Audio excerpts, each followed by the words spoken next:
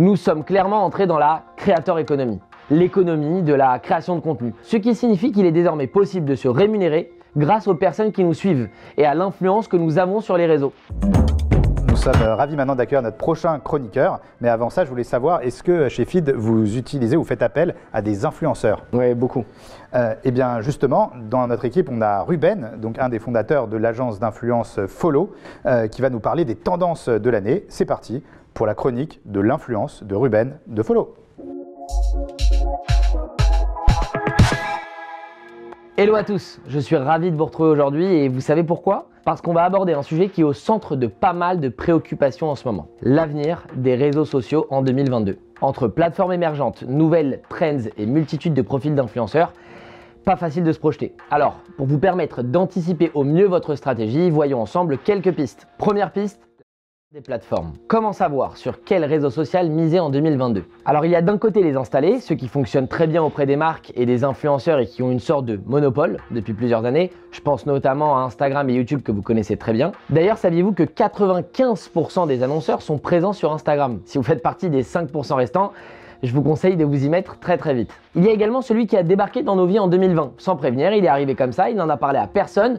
Je ne parle pas du mais bien de TikTok, qui comptabilise aujourd'hui plus d'1 milliard d'utilisateurs et qui ne compte pas s'arrêter là. Aujourd'hui, l'application veut séduire les annonceurs et les créateurs de contenu avec des fonctionnalités professionnelles qui n'ont presque plus rien à envier à celles d'Instagram. Et de l'autre côté, il y a les émergents, où l'on retrouve notamment Twitch, la plateforme de stream initialement très plébiscitée par le monde du gaming. Désormais, elle attire également le grand public car elle permet une grande interaction et une proximité entre le streamer et l'utilisateur. Et enfin, le dernier inattendu, il s'agit de Pinterest, le réseau social dédié à l'inspiration qui a récemment explosé grâce à ses fonctionnalités de création et de promotion. Quand on sait que Pinterest est majoritairement consulté en amont d'un processus d'achat, on se dit que c'est bête de ne pas profiter d'une audience déjà intéressée, donc facilement actionnable, non? Deuxième piste, le snack et smart content. Plus que jamais en 2022, content is king. Pour réussir, il faut travailler sa stratégie de contenu, vous n'avez pas le choix. Pour répondre parfaitement aux besoins des utilisateurs qui sont massivement sollicités et n'ont que quelques secondes d'attention, il est essentiel de miser sur le snack content. C'est la raison pour laquelle les réseaux montants comme TikTok,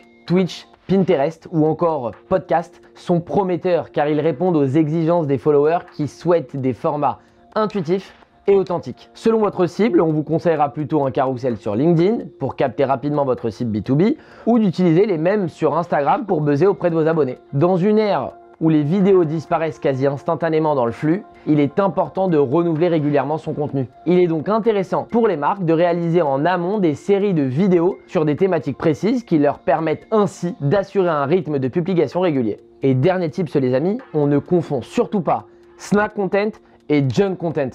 Contenu poubelle en quelque sorte. Même s'il est consommé rapidement, votre contenu doit être smart et respecter un format de qualité, le ton de votre marque et doit se démarquer pour fonctionner. Troisième piste, les profils à succès. Nous sommes clairement entrés dans la creator economy, l'économie de la création de contenu. Ce qui signifie qu'il est désormais possible de se rémunérer grâce aux personnes qui nous suivent et à l'influence que nous avons sur les réseaux. La taille actuelle du marché de l'influence s'élève à 8 milliards de dollars et devrait rapidement doubler cette année. Et bien que la creator economy n'ait fait son apparition que depuis quelques années, plus de 50 millions de personnes dans le monde se revendiquent comme créateurs de contenu. Vous imaginez? Voici quelques types de profils qui selon nous vont fonctionner cette année. Premier profil, les genuine influenceurs qui sortent du cadre du simple divertissement pour sensibiliser, éduquer ou même lancer des mouvements. Deuxième type de profil les amis, les identifiables. Aujourd'hui, les profils les plus plébiscités sont ceux qui montrent la vraie vie sur les réseaux sociaux. Ils désacralisent ce côté trop éloigné de la réalité et permettent à l'audience de mieux s'identifier. Et enfin, troisième profil, les cross-canal. Aujourd'hui, les influenceurs ne peuvent que difficilement capitaliser sur un seul et unique réseau et les profils qui sont les plus connus aujourd'hui sont ceux qui ont su exploiter tous les réseaux sociaux et se diversifier. Et voilà, cette chronique est désormais terminée. Si elle vous a plu ou si jamais vous avez des questions, vous n'hésitez surtout pas à commenter sous cette vidéo et on vous répondra rapidement. Merci Vincent et à bientôt sur le Tech Show.